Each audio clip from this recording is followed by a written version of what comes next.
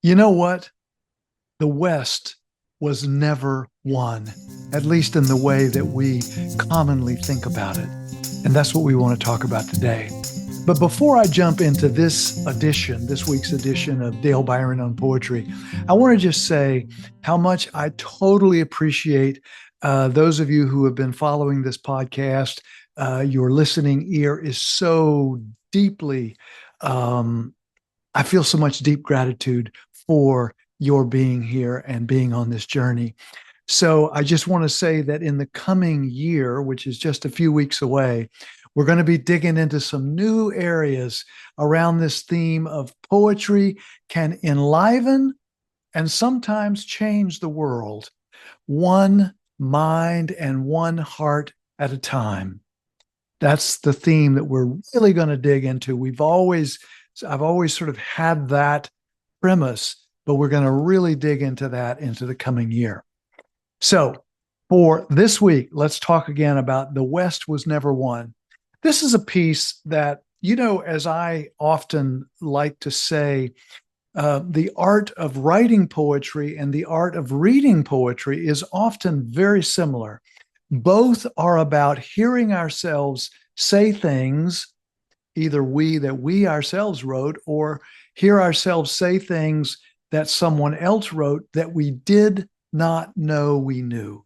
Wisdom that we have about the world, but that coheres in a poem. Again, either one that we've written or one that someone else has written. But our creativity, even with a poem that we're reading that someone else wrote, the incredible amount of creativity required is for us to walk inside that poem and have our own full experience. Well, I was writing some not too long ago, but I didn't know that I was writing about this subject. But it just the lines of this poem, the first couple lines came, and then one word after another. I kind of followed the language as I love to do, and this is the poem that came out, and it's called "The West Was Never Won." Goes like this.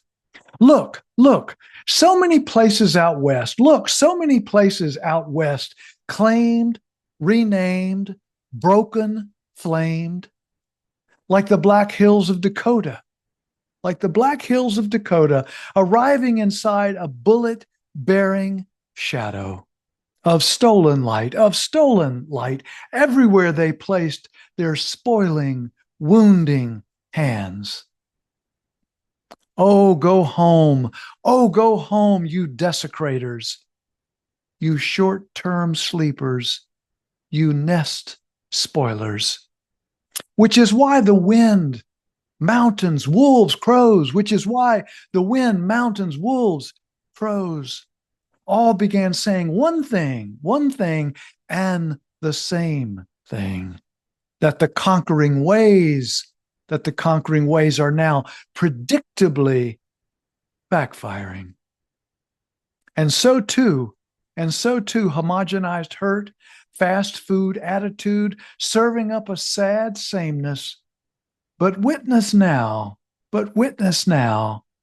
a growing, untrammeled wildness up underneath everything, everything. A sheer sustenance of shining and of kindred clouds, great tides of moonlight. And as far as the indigenous people of the West go, I mean those who have lived here for millennia and who have suffered the trauma of crushed stories. Turns out they were seeds. Turns out they were seeds all along. Turns out they were seeds all along that when buried, they began to grow. Silent, strong, dark soil miracles, a low whispering saying, "We told you so." And as far as the indigenous people of the West go, I mean those who have lived here for millennia and who have suffered the trauma of crushed stories. Turns out they were seeds. Turns out they were seeds all along that when buried, they began to grow silent, strong, dark soil miracles. A low whispering saying, "We told you so."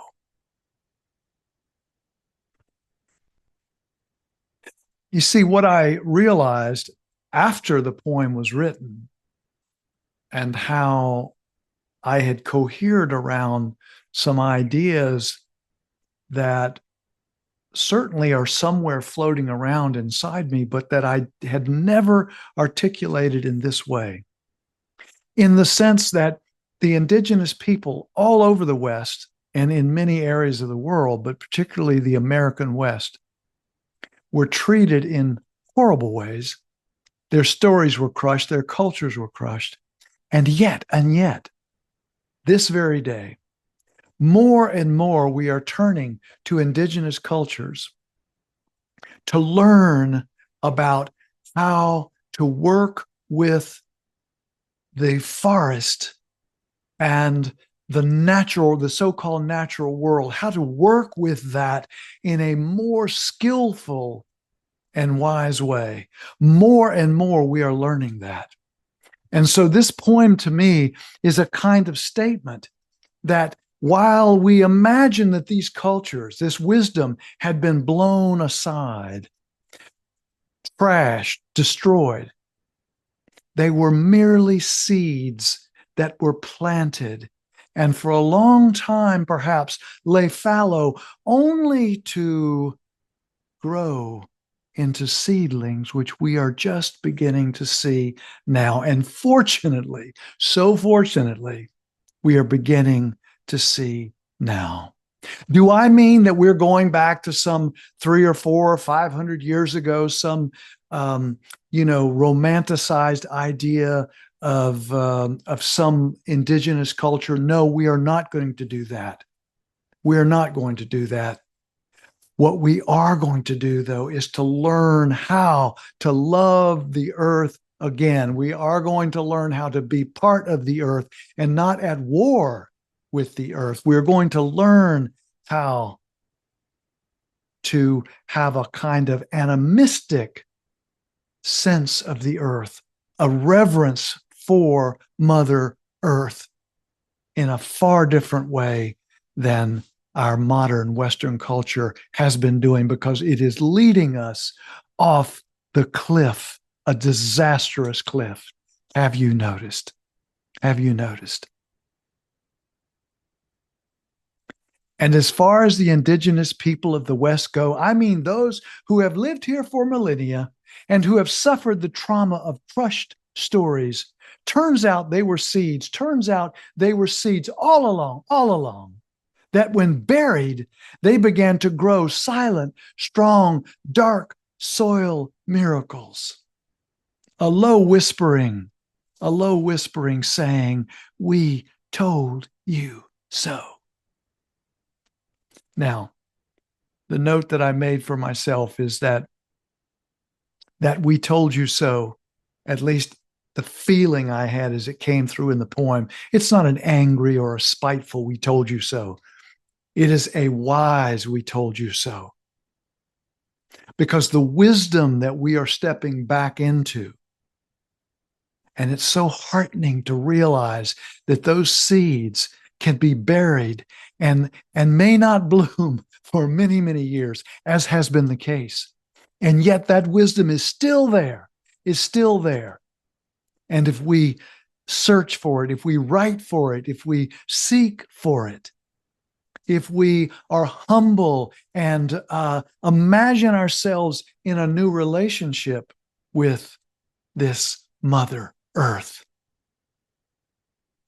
then we are headed for the right place. Thank you so much for your listening ear. Until next time and next poem, take good care of yourself, and if you can, someone else.